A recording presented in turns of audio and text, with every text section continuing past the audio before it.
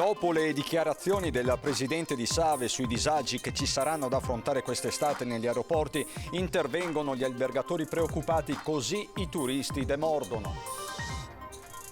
39 DASPO a carico dei tifosi emiliani e veneziani che lo scorso maggio si sono resi protagonisti degli episodi di violenza prima della partita Venezia-Bologna. L'attenzione e i controlli saranno massimi per tutta la stagione, a dirlo il sindaco De Zotti dopo il primo weekend in cui a Jesolo sono state messe in atto le sue ordinanze.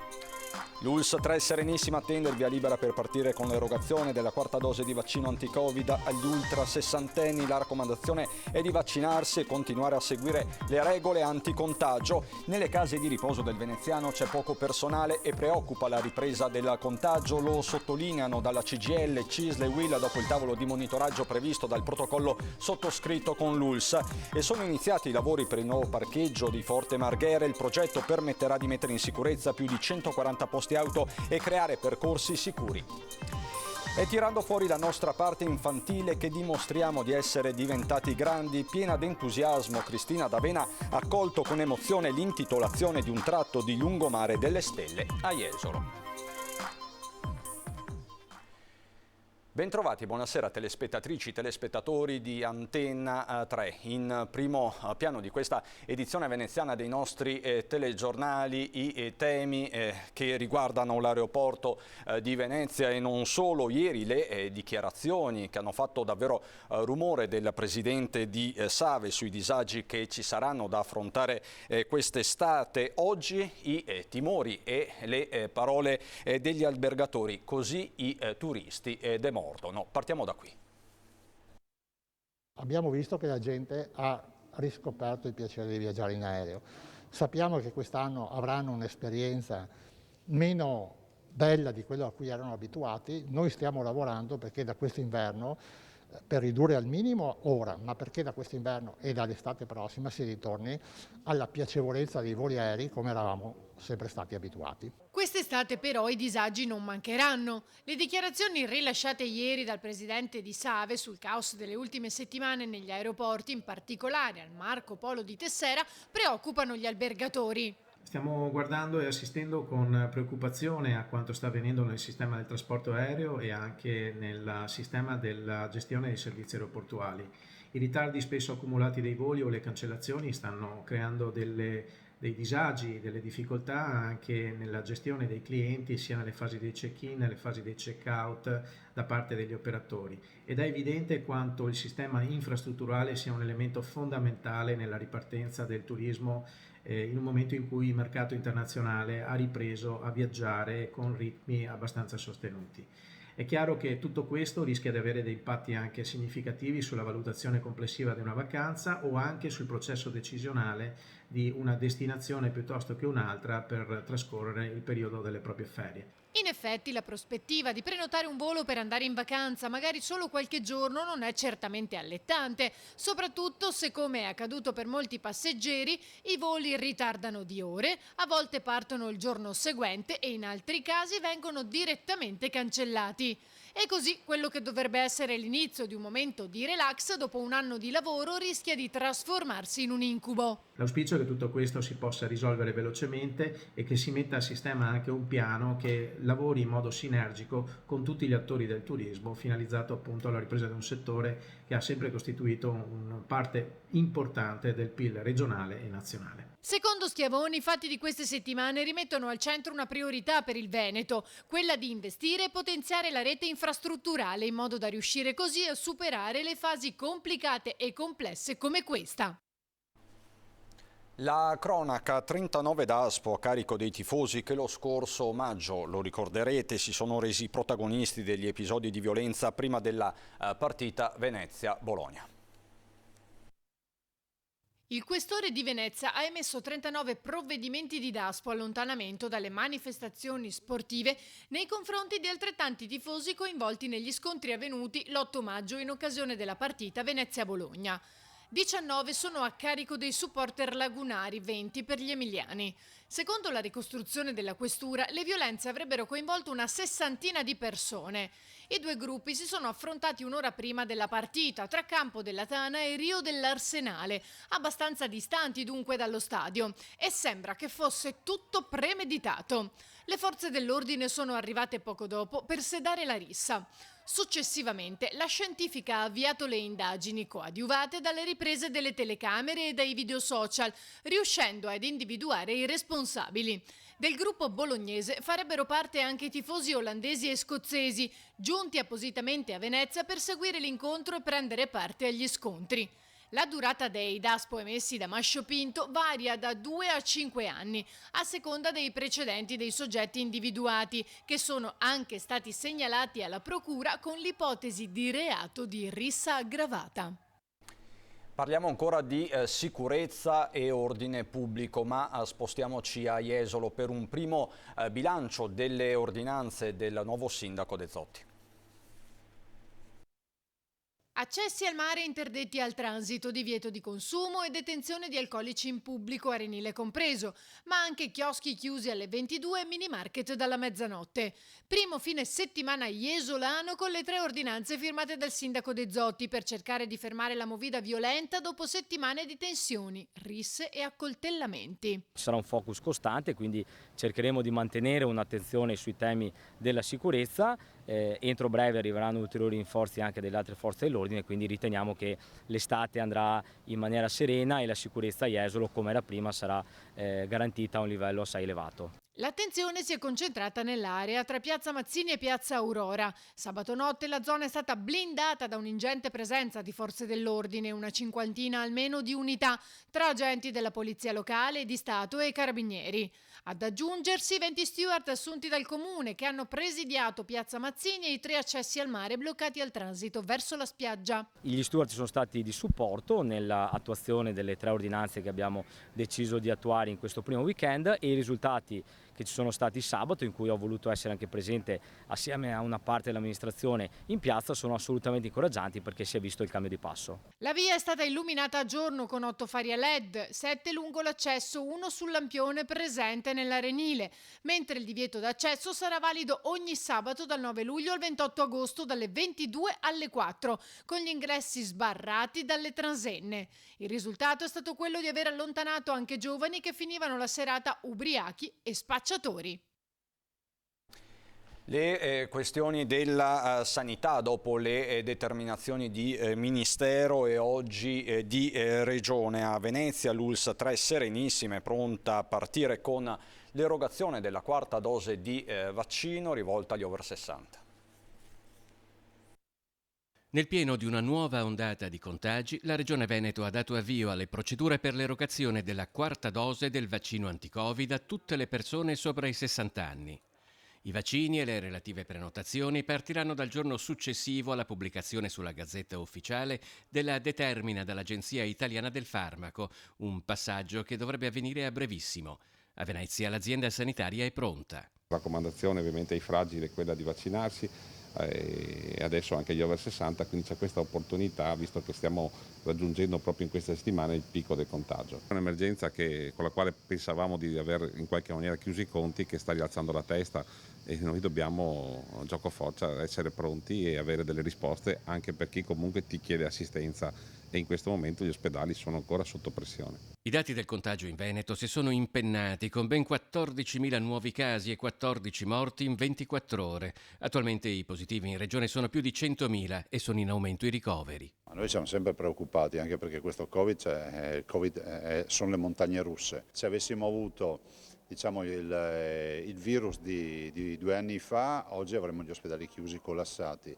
Oggi abbiamo circa 900 persone in ospedale, devo dire che metà delle quali sono anche Covid per caso, sono ricoverati per altri motivi che si sono rivelati positivi e asintomatici. Oltre al vaccino, la raccomandazione quindi è di non abbandonare, ma continuare a seguire tutte le regole, piccole e grandi, di cui si è fatto tesoro in questi anni di pandemia. L'invito che facciamo per le persone over 60 è la vaccinazione, è aderire alla campagna vaccinale ovviamente, e continuare a mettere in atto tutte quelle misure intelligenti momenti dove c'è l'assembramento utilizzare la mascherina, nei mezzi di trasporto, negli ascensori, evitare il più possibile insomma le occasioni di rischio, così come anche utilizzare la scienza e quindi il vaccino, che vediamo ha non solo in qualche modo evitato morti o situazioni gravissime, ma tutti noi che abbiamo preso il Covid anche nell'ultimo periodo ce l'ha fatto passare comunque in fase leggera.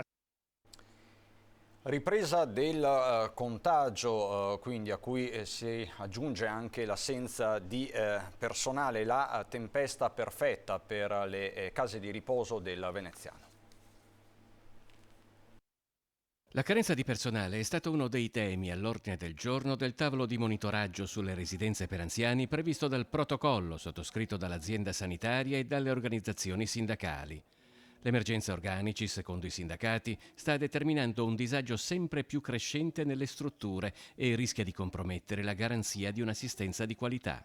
Ci sono più di 380 impegnative inutilizzate, cioè nuovi ospiti che non possono essere accolte per carenza di personale. Su questo congiuntamente all'ULSS stiamo valutando quali strumenti possono essere messi in campo anche nel confronto con la Regione, ma è chiaro che senza assunzioni la rete rischia di collassare, di non reggere, di non garantire una tenuta qualitativa dell'assistenza. Ultimamente si è inoltre registrato un aumento significativo dei contagi da Covid, 77 ospiti positivi concentrati prevalentemente in 3 centri a Quarto d'Altino, Mestre e Dolo e 62 operatori, sostanzialmente in tutte le strutture. Dopo 3 mesi dal vaccino, infatti, si inizia ad avere un calo della copertura immunitaria e vi è in parte anche un calo dell'attenzione di tutti, dovuto anche all'allentamento delle misure sanitarie. Serve anche spingere gli anziani e le persone fragili per la 4ª dose per evitare che vi siano focolai o casi di contagi come è avvenuto in passato che possono compromettere in maniera significativa la salute degli ospiti delle case di riposo. Serve anche da questo punto di vista costruire percorsi formativi congiunti, strumenti che valorizzino il personale per dare nuove competenze in modo che possano stare al meglio al fianco degli anziani. Di fronte alla carenza d'organico, CGIL e CISL-UIL denunciano il rischio chiusura di centri servizi per carenza di assistenza e chiedono misure straordinarie sia in termini di reclutamento che di collaborazione tra i diversi livelli istituzionali per evitare una crisi di sistema che ricadrebbe sulle famiglie e sugli ospiti. Abbiamo fatto in questo osservatorio discussioni e confronti importanti che servono a trovare soluzioni congiunte in un momento in cui non solo la pandemia, l'emergenza sanitaria continua, ma le nostre residenze per anziani rischiano anche di subire nuovamente forti pressioni nella tenuta sia per il numero di operatori, di lavoratori positivi, ma anche per possibili focolai. Torniamo sulla costa veneziana, dove sarà un'estate di turismo sociale e inclusivo, anche grazie a una serie di nuove iniziative. Un'estate di turismo sociale per rendere spiagge e città del veneziano davvero aperte a tutti, anche ai soggetti fragili e ai portatori di disabilità.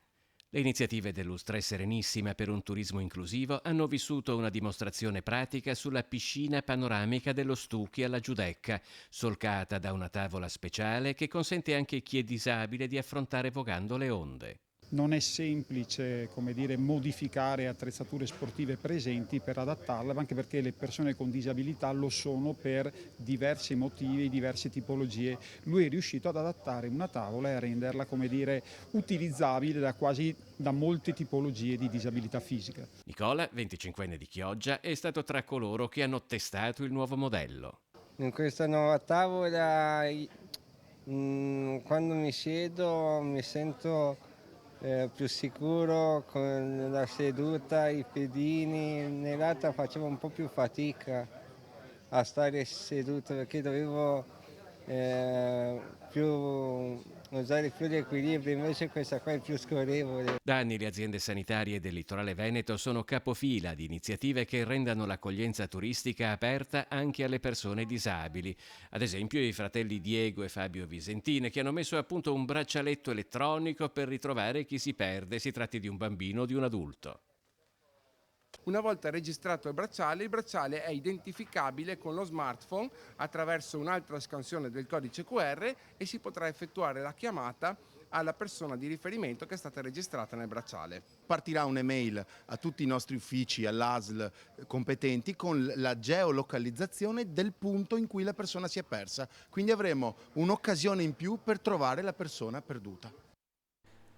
Sono iniziati in questi giorni e termineranno entro la fine del 2022 i lavori per la messa in sicurezza di quasi 140 posti auto nel parcheggio esterno di Forte Marghera. L'intervento del valore di circa €1 milione porterà oltre 200 i posti disponibili, contando quelli già risistemati lo scorso anno in prossimità del ponte d'ingresso al Forte. Il progetto prevede l'utilizzo di tecniche di ingegneria naturalistica e la piantumazione di 50 alberature ad alto fusto, oltre a un centinaio di piante palustri. La realizzazione del parcheggio intermodale ha come primo obiettivo quello di mantenere il più possibile la percezione storica e naturalistica del luogo e contemporaneamente migliorare la fruizione del Forte da parte dei suoi visitatori. Così dunque a Forte Marghera. E noi ritorniamo a Jesolo, dove da ieri sera c'è una nuova stella sul lungomare.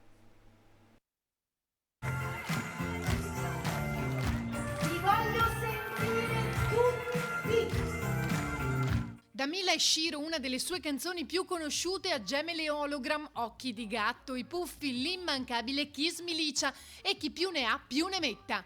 Cristina D'Avena, simbolo delle sigle dei cartoni animati degli anni 80 e 90, ha entusiasmato e risvegliato ricordi nel pubblico jesolano, grandi e piccini, in occasione dell'intitolazione di un tratto di lungomare delle stelle proprio per lei. E quando è stata chiamata era incredula. Sono emozionatissima, è veramente un sogno, una cosa molto particolare, cioè, veramente sono senza parole e vi ringrazio di cuore. Dopo 2 anni e mezzo finalmente, come appunto dicevo prima, stiamo riuscendo piano piano a riprenderci un po' in mano la nostra vita, la nostra condivisione d'amore, perché poi noi facciamo un bellissimo lavoro, no? Che è proprio quello di cantare e far sorridere e far cantare le persone che vengono a vederci. E infatti Cristina, che quest'anno festeggia i 40 anni di carriera, è riuscita a far cantare, oltre al pubblico, anche l'assessore regionale jesolano Francesco Calzavara.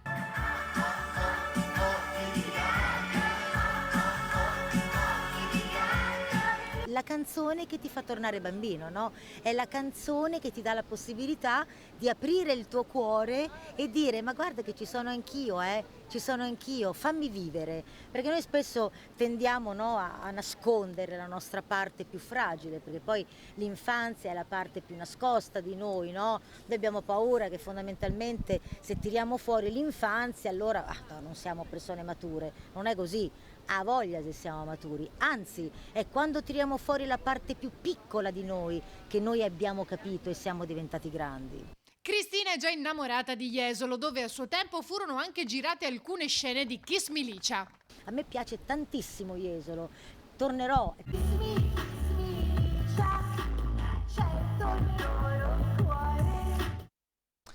A Venezia intanto è conto alla rovescia per la notte dei fuochi.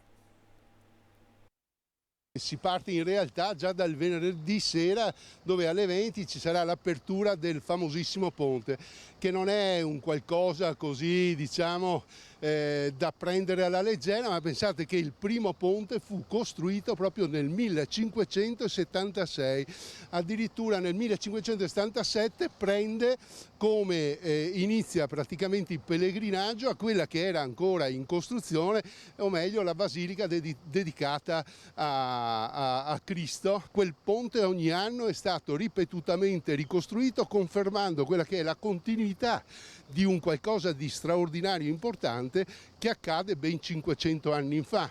E noi oggi possiamo ripercorrere esattamente la stessa cosa. Una sorta di salto indietro nel tempo ogni anno. I veneziani si preparano così a festeggiare il Redentore, tradizione secolare che però nasce da un momento tragico per la città. Una delle peggiori pestilenze che ha avuto Venezia, dove la popolazione dell'epoca è stata addirittura decimata del 30%, quindi un terzo della popolazione purtroppo se n'è andata in quell'occasione là. Quindi la peste se n'è andata grazie all'ex voto dedicata al Redentore. C'era questo impegno di costruire una grande basilica che ricordasse appunto l'avvenimento, così è stato fatto e da quel giorno non abbiamo mai smesso, ogni anno lo ricordiamo, però lo ricordiamo in modo molto diverso, tra virgolette, della tragedia, cercando di ovviare quello che è stato un momento decisamente critico della Serenissima, va bene, festeggiando. E coronando la serata con splendidi fuochi d'artificio che ogni anno riservano una sorpresa che non si può svelare, anche se... Guardate attentamente con l'occhio anche critico i fuochi, soprattutto nella parte iniziale, perché scegliamo ogni anno un qualcosa di straordinario, no? Che oggi grazie anche alle tecnologie si riesce a fare. Invece chi non l'ha ancora fatto, il fatto della prenotazione per assicurarsi i posti, attenzione, sia a terra quanto in acqua. C'è stata la precedenza logicamente ai veneziani, che continuano comunque ad averla rispetto agli altri, ma è aperto a tutto, ci sono ancora posti, quindi se non aspettate l'ultimo momento cercate di prenotarvi e così individuerete dove passerete la notte famosissima qua a Venezia, la notte del Redentore, la notte dei fuochi. E da Venezia e provincia è tutto anche per questa edizione, ci sono le previsioni del tempo, buona serata.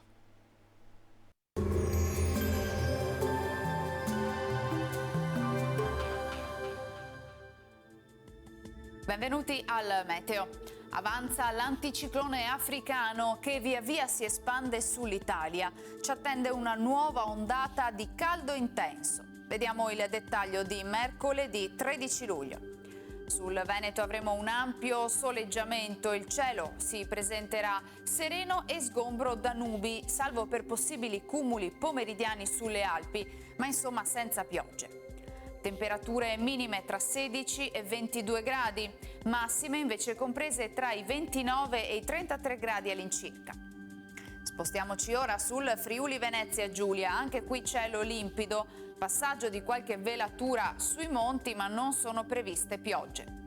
Temperature minime tra 18 e 22 gradi, massime sui 27 e 31 gradi. Infine spostiamoci sul Trentino Alto Adige, tanto sole anche qui, sarà in gran parte sereno. Temperature minime intorno ai 17 gradi, massime sui 33 all'incirca. Dal meteo per ora è tutto, arrivederci al prossimo aggiornamento.